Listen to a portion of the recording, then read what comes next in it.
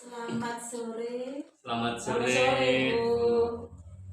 Pada kesempatan ini kami akan melaksanakan tugas demonstrasi kontekstual modul 2.3 yaitu tentang kucing untuk supervisi akademik. Pada kesempatan ini saya Prihartiningsih akan berlaku sebagai observer, sementara Pak Redi Kuswantoro sebagai coach dan Ibu Catur Kristina sebagai kucing. Baiklah, kita mulai. Selamat sore Pak Redi. Selamat sore Bu Bre. Bu Catur. Selamat sore Bu. Alhamdulillah kita bisa bertemu di kesempatan sore hari ini. Pada kesempatan ini saya akan mengobservasi Pak Redi nanti dalam kegiatan kucing ya, karena kucingnya adalah Bu Catur ya. Sebelum kita melakukan kegiatan kucing Pak Redi ya, ada beberapa hal yang ingin saya tanyakan kepada Pak Redi ya, sebagai coach nantinya. Pertanyaan yang pertama, kompetensi atau keterampilan apa yang nantinya ingin Pak Redi kembangkan dalam kegiatan kucing pada sore hari ini? Jadi yang ingin saya kembangkan ya itu adalah keterampilan untuk mengidentifikasi masalah. Ya, dan setelah itu menemukan solusi dari permasalahan yang ada itu. Seperti itu. Solusi untuk mencapai Masalah. Ya. Nah, kemudian ketika tadi ya keterampilan yang ingin panjenengan lakukan adalah untuk menggali ya, menggali informasi sebanyak-banyaknya dari kucing. Nah, untuk itu indikator apa yang nantinya menggambarkan ketercapaian Pak Redi? Ya, indikatornya yang pertama nanti kucing bisa menceritakan permasalahan yang pertama ya secara gamblang tanpa ada intervensi dari saya tentunya. Kemudian yang kedua, kucing bisa mengambil langkah-langkah untuk menemukan solusinya. Dengan apa? Dengan rencana tindak lanjutnya dan juga nanti tanggung jawab melaksanakan itu. Seperti itu. Jadi nanti indikatornya adalah ketika kucingnya bisa menyampaikan permasalahannya secara tuntas, kemudian tindakan apa yang akan dilakukan. Baik Pak Redi dan Bu Catur ya, kita mulai untuk kegiatan kucing kita pada sore hari ini. Silakan Pak Redi. Ya baik. Selamat sore Bu Catur. Selamat sore Pak Redi. Kita ketemu lagi ya. Ketemu lagi. Mungkin nggak lama ya, 10-15 menit. Apa yang ingin Bu Catur sampaikan sebelumnya? Silakan monggo. Ya, terima kasih Pak Redi. Yang pertama untuk waktu Pak Redi untuk saya. Secara pribadi Pak Redi sudah meluangkan waktu. Ya. Sore hari ini saya ingin berbagi kisah Pak dengan Pak Redi. Kisah dan cerita tepatnya yang saya alami yang menjadi kegelisahan, kegundahan dan gimana ya, tidak enak hati begitu. Ya, intinya begini Pak. Jadi di dalam pembelajaran saya selaku pendidik di sekolah dengan jumlah murid 26 peserta didik, dalam pembelajaran itu saya merasakan tidak semua peserta didik saya itu aktif, greget dan semangatnya itu tidak gimana ya Pak ya. Ketercapaiannya tidak bisa maksimal.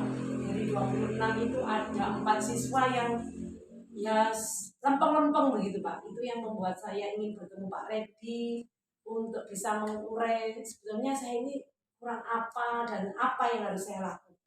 Itu Pak Redi. Ya, jadi ada 4 siswa. 4 siswa Pak.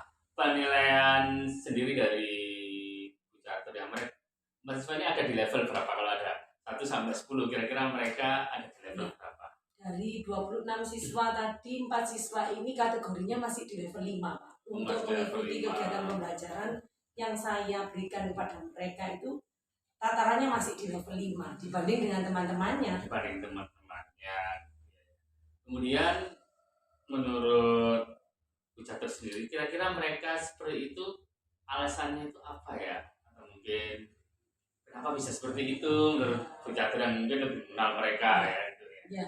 Ya Pak Redi, pertanyaan dari Pak Redi ini menjadi tantangan untuk saya sebetulnya. Jadi kenapa mereka harus seperti itu dan mengapa mereka bisa begitu? tidak terlepas dari keberadaan mereka di lingkungan keluarga. Mereka Keluarga. berada di sekolah kurang lebih 7 sampai 8 jam. Lepas dari itu mereka berada di lingkungan keluarga mereka. Tidak menyalahkan kondisi lingkungan keluarga mereka, tapi kalau saya cermati, saya melakukan pengamatan, tidak semua orang tua dari peserta didik yang saya ampu ini respect dengan pembelajaran, dengan pendidikan yang ada di sekolah. Mereka punya anggapan bahasanya nih Pak Redi bahasanya ini pasrah bongkoan lah. Pasrah bongkoan ke sekolah, anak saya sekolahkan, yo wis opo jari gurune, itu yang saya tangkap. Jadi kalau ada sesuatu permasalahan, mereka cuek, tidak respect, tidak respon. Ya sudah, kamu di sekolah dapat apa, ya itu yang kamu lakukan. Selebihnya tanggung jawab gurumu. Saya kan tugas saya, orang tuanya hanya menyekolahkan, memberi uang saku, hanya sebatas itu. Jadinya saya sendiri sebagai pengajar merasa terbebani dengan konsep mindset yang ada dalam diri orang tua. Sehingga saya sharing dengan Pak Redi Suradi, 4 anak ini enaknya bagaimana, begitu Pak Redi. Mungkin Jatuh bisa cerita menghadapi atau menanggung beban itu apa yang sudah Bu Jatuh lakukan? Iya, dari 26 siswa Pak, 4 siswa ini dalam pembelajaran lambat, kurang semangat, kurang greget. Berbagai cara dan metode untuk beberapa saat sudah saya lakukan. Yang pertama dengan tutor sebaya Pak. Jadi dalam pembelajaran saya tidak selalu monoton saya sendiri yang mendampingi, tapi terkadang anak ini dari hati ke hati, mungkin dari temannya yang mengajari, mereka lebih menangkap apa yang saya terangkan. Saya membagi kelompok, itu yang saya lakukan dengan tutor sebaya. Kemudian melihat kebutuhan mereka, kebutuhan belajar mereka, saya memilah dari anak-anak didik saya menjadi 3 tipe Pak. Jadi ya 3 tipe, dari visual, auditori, dan kinestetik. Kebetulan anak yang bermasalah ini memang kategorinya kinestetik, yang mereka tidak bisa duduk mendengarkan, sehingga porsi untuk melayani mereka harus lebih banyak bergerak dengan menciptakan berbagai strategi dan model pembelajaran yang saya lakukan. Itu yang sementara saya lakukan. Dan keterbatasan saya sebagai seorang pengajar Pak Redi, tidak mungkin saya melayani hanya satu itu. Saya butuh tandem, butuh teman saya yang kalau di lembaga saya kebetulan di sekolah dasar jumlah personel guru tidak mencukupi. Siapa yang saya rangkul? Yang saya rangkul juga anak-anak didik saya yang kebetulan dia menguasai 3 tipe ini, auditori dia bisa, kinestetik dia bisa, visual pun juga bisa. Akhirnya peran itu yang saya optimalkan untuk membantu 4 anak. Terus keefektifan apa yang sudah Bu Jatuh lakukan sendiri gimana sejauh ini? Dari hasil yang saya coba ini Pak, bahasa saya ini alon-alon pokok kelakon, begitulah ya, alon-alon kelakon. Mereka menunjukkan progres yang luar biasa. Satu hal, mungkin Pak Redi bolehlah setuju atau tidak dengan pernyataan saya. Senyum dari 4 anak didik saya saat berada di sekolah itu menjadi kebahagiaan buat saya. Itu menunjukkan bahwa mereka menikmati, merasakan kebahagiaan yang luar biasa saat mereka berada dengan saya dan juga teman-temannya di sekolah. Itu indikator pertama yang saya lakukan, karena saya tidak boleh egois Pak, menyamaratakan mereka dengan teman yang lain, dengan kemampuan yang mereka miliki. Indikator saya hanya satu, mereka bisa tersenyum melihat saya, tidak dengan muka yang sesuatu yang menyeramkan, itu menjadi kebahagiaan buat saya. Itu Pak. Senyum ya. Iya. Oke. Kemudian ada nggak rencana ke depan untuk mengatasi permasalahan Bu Jatuh? Mungkin dengan berkolaborasi atau mungkin bantuan pihak sekolah atau gimana? Iya, kalau rencana tindak lanjut sebetulnya saya sudah punya beberapa angan-angan ya. Beberapa angan-angan. Ya mohon doanya Pak Redi, mohon doanya semoga angan-angan saya ini bisa tercapai. Seperti tadi yang saya disampaikan di awal, tidak terlepas dari peran orang tua. Orang tua memegang peranan penting di dalam proses perkembangan dan pertumbuhan anak didik mereka. Saya sudah menyampaikan kepada pemimpin pembelajaran yaitu kepala sekolah, dan kemudian menyampaikan kepada rekan sejawat melalui ya istilahnya bahasa saya sih kakak Gemini begitu Pak Edi. Kakak Gemini ya, omong-omong, ngobrol-ngobrol begitu. Saya mengadakan kelas parenting Pak. Jadi akan menghadirkan orang tua, menghadirkan orang tua ke sekolah, kemudian istilahnya memberikan apa ya Pak ya, pencerahan untuk mereka. memberikan pencerahan. Saya akan memberikan materi-materi tentang bagaimana proses pendampingan anak, tumbuh kembang anak itu tidak hanya di lembaga saja, di lembaga sekolah secara kognitif saja, tapi di rumah pun proses itu harus berkelanjutan, berkesinambungan. Itu program yang ingin saya lakukan ke depannya supaya nanti match begitu Pak, tidak hanya dari sekolah, nanti ibaratnya anak-anaknya yang 4 ini sudah saya godok begitu ya Pak. Sudah oke, tetapi di rumah kembali lagi dengan zonanya yang orang tua tidak respon, tidak begitu respect, sehingga pola yang sudah saya bentuk ini akan ya lalu begitu saja. Itu Pak. Kira-kira kegiatan ini ada target waktu nggak?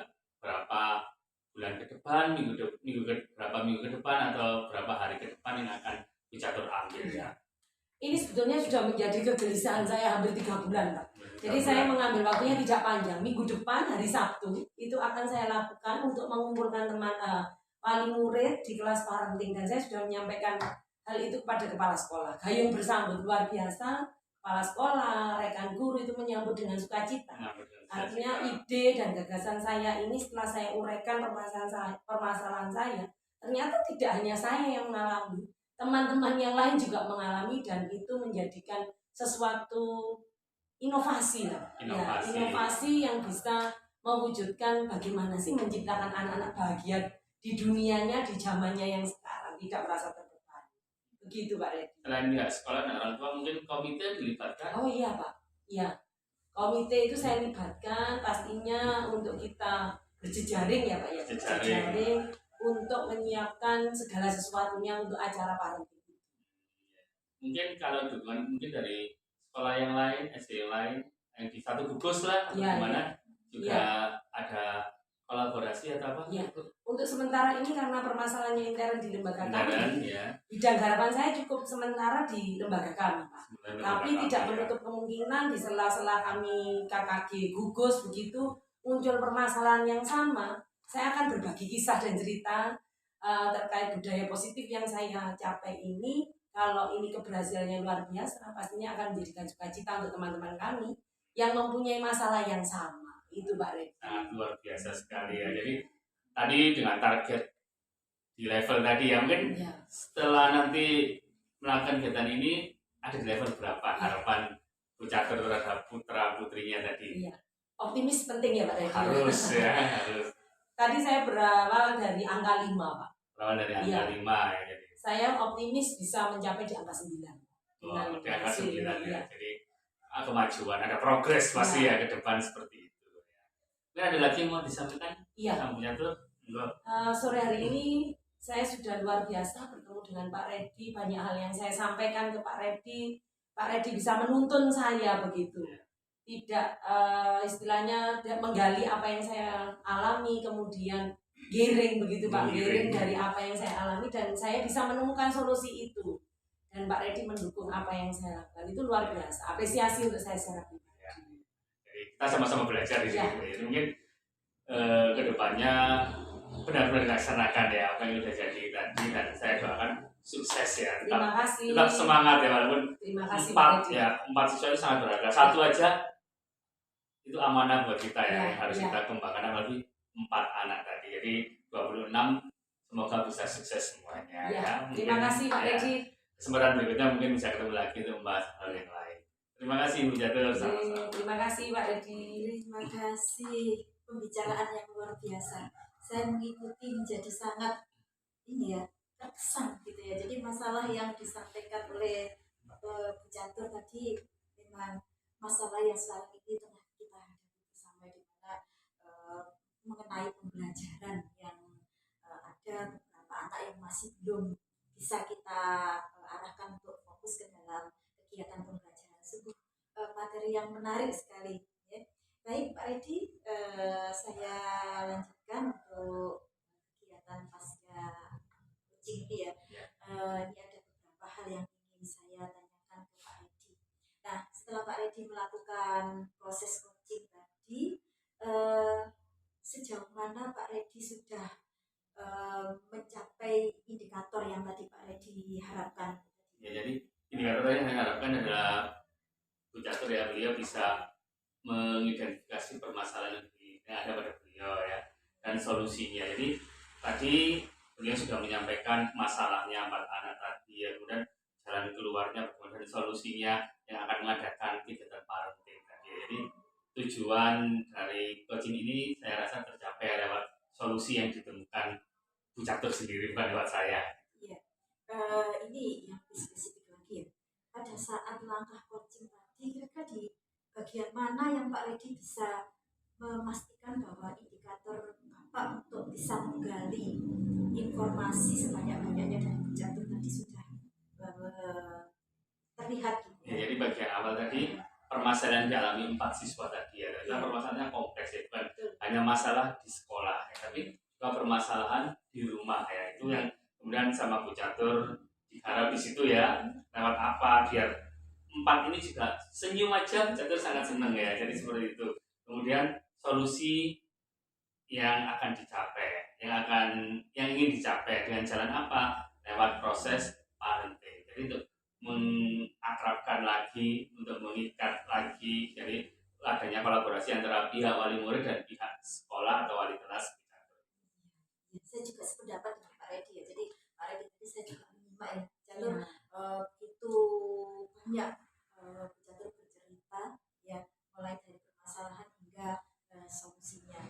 Ini catatan-catatan saya sekarang selama proses coaching tadi. Alhamdulillah proses coachingnya berjalan dengan sangat nyaman gitu ya. Pak Redi bisa menjadi coach yang bisa membuat Bu Catur nyaman bercerita ya dari awal ya, kemudian jadi kemitraan yang sudah sangat baik antara Pak Redi sebagai coach dan Bu Catur sebagai puji ya. Jadi kita sudah merasakan pembicaraan yang sangat penuh rasa persaudaraan. Kemudian Pak Redi juga sudah banyak menggali informasi dari Bu Catur yang mulai dari problemnya mengatasi 4 anak, kemudian lalu ini mau diapakan, kemudian rencana-rencananya Bu Catur, kemudian siapa saja yang akan diperlukan untuk mendukung keterlaksanaan dari rencana aksinya Bu Catur, kemudian bahkan sampai kapan Bu Catur mau melaksanakan itu Pak Redi sudah berhasil menggali. Alhamdulillah, jadi itu sehingga sangat jelas sampai pada tanggung jawab yang nantinya bisa kita harapkan ya ketika nanti kita sudah selesai melakukan uji ini, tindak lanjutnya bisa kita lihat ya Pak Redi ya, aksi nyatanya Bu Catur. Kemudian pembicaraan sudah fokus ya, jadi kita tidak menyimpang dari topik ya, khusus untuk menangani anak-anak yang mungkin memerlukan perhatian kita atau mungkin kebutuhannya dalam pembelajaran itu lebih kita layani lagi ya. Itu sudah tercapai. Jadi kalau ini adalah hasil catatan saya selama saya mengikuti coaching yang dilakukan oleh Pak Redi. Nah, ini yang berikutnya Pak Redi, ini masih saya ingin menyampaikan. Kita akan melakukan refleksi ya Pak Redi. Nah, dengan melakukan coaching terhadap Bu Catur, kira-kira kompetensi apa yang Bapak rasakan bertambah ya setelah melakukan kegiatan coaching ini, keterampilan apa yang Bapak rasakan ada peningkatan dan sebelum melakukan keterampilan sebagai coach ya. Iya, itu di bagian yang mana? Ya, tadi ini kemitraan saya bisa jadi tanpa penilaian atau asumsi ya, kemitraan. Kemudian dengan kesadaran penuh saya menunggu dan setia untuk mendengarkan, dan yang ketiga itu saya berusaha untuk membuat pertanyaan yang berbobot, jadi yang kita bisa menceritakan. Ya, sependapat sekali.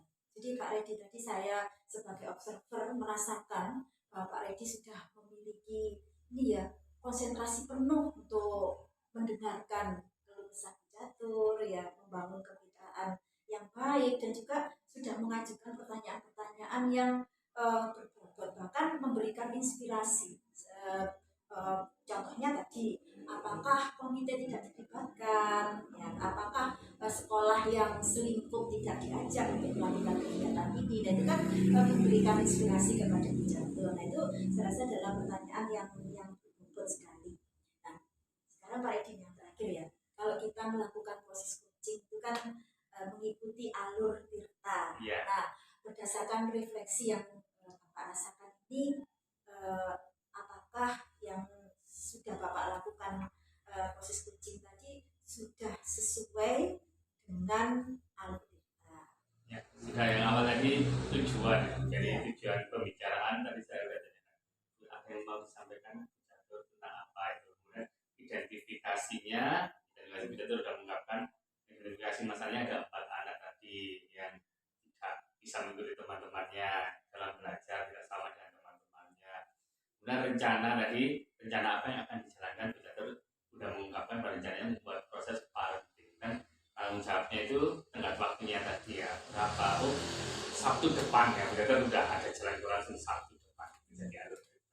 Ya, kita sudah memenuhi semua. Mas Kandi Bu Catur, Ya. bagaimana perasaan Bu Catur setelah tadi proses coaching? Ya, terima kasih Bu Pre dengan coach saya Pak Redi yang humble begitu Bu. Humble. Oke, yang humble, enak diajak bicara, itu memberikan energi positif untuk saya. Sehingga saya bisa menceritakan semua yang saya alami itu dari hati ke hati, tidak ada sekat. Saya bisa istilahnya ibarat pemain bola ya Bu ya. Saya itu menggiring, Pak Redi itu menggiring saya sampai saya bisa menemukan solusi dari apa yang saya alami, masalah apa yang menjadi selama ini. Tadi pasti Bu Pre juga mengikuti proses coaching yang dilakukan Pak Redi dari awal tadi. Saya sudah menyampaikan menjadi kegelisahan saya, kegundahan saya, tapi melalui proses coaching yang dilakukan Pak Redi mulai terurai dan saya mendapatkan solusi. Yang penting energi positif untuk saya.